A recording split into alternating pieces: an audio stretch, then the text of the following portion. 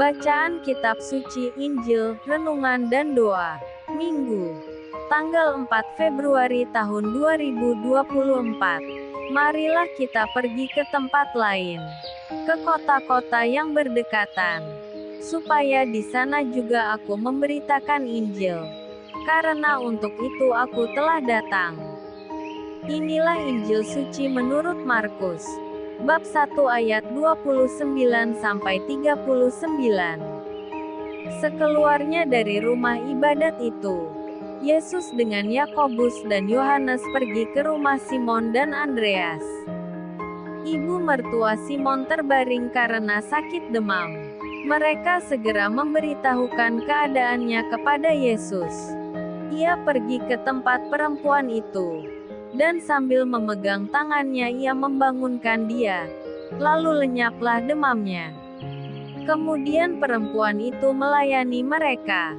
Menjelang malam, sesudah matahari terbenam, dibawalah kepada Yesus semua orang yang menderita sakit dan yang kerasukan setan. Maka berkerumunlah seluruh penduduk kota itu di depan pintu. Ia menyembuhkan banyak orang yang menderita bermacam-macam penyakit dan mengusir banyak setan. Ia tidak memperbolehkan setan-setan itu berbicara, sebab mereka mengenal Dia. Pagi-pagi benar, waktu hari masih gelap, ia bangun dan pergi keluar. Ia pergi ke tempat yang sunyi dan berdoa di sana. Tetapi Simon dan kawan-kawan menyusul dia. Waktu menemukan dia mereka berkata, "Semua orang mencari engkau."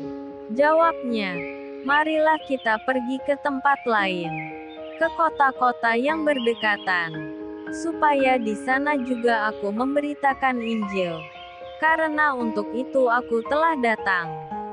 Lalu pergilah ia ke seluruh Galilea dan memberitakan Injil dalam rumah-rumah ibadat mereka dan mengusir setan-setan. Demikianlah sabda Tuhan. Shalom. Marilah kita pergi ke tempat lain, ke kota-kota yang berdekatan, supaya di sana juga aku memberitakan Injil, karena untuk itu aku telah datang. Injil hari ini menurut Markus, bab 1 ayat 29-39. Banyak orang telah dengan yakin berusaha menghidupi sabda Yesus yang berikut, "Tetapi carilah dahulu kerajaan Allah dan kebenarannya, maka semuanya itu akan ditambahkan kepadamu." Matius bab 6 ayat 33. Nah, apakah sudah berhasil?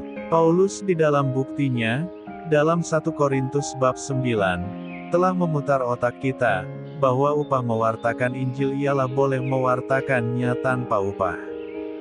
Ini sungguh suatu inspirasi bagi para aktivis gereja maupun masyarakat, karena di tengah mentalitas korupsi dan kerakusan material, ada tokoh-tokoh Alkitabiah yang kaya semakin kaya, yang miskin semakin miskin, ada juga tokoh-tokoh Alkitabiah yang masih tetap relevan untuk kita jadikan teladan, dan bahkan untuk yang satu ini sebagai mutlak, yakni Tuhan kita Yesus Kristus. Pemberian diri secara total demi kebahagiaan sesama manusia, adalah kandungan dari makna cinta kasih yang menjiwai kiprah Yesus, baik melalui kata-kata maupun karya-karyanya.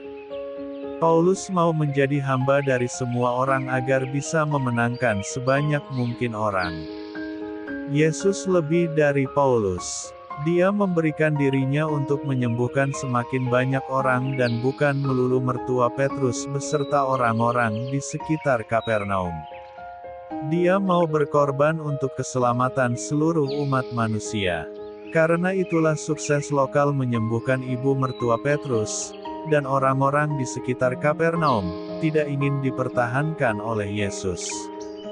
Dia mau agar di seluruh tanah Kanaan, dan di seluruh ujung bumi, diwartakan kerajaan Allah. Marilah kita pergi ke tempat lain, ke kota-kota yang berdekatan, supaya di sana juga aku memberitakan Injil, karena untuk itu aku datang.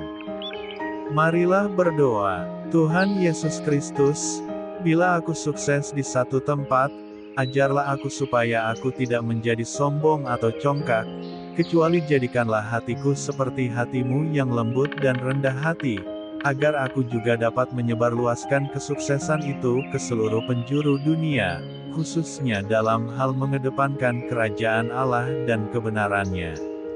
Terpujilah Engkau Tuhan kini dan sepanjang masa. Amin. Tuhan Yesus memberkati. RHPE Channel.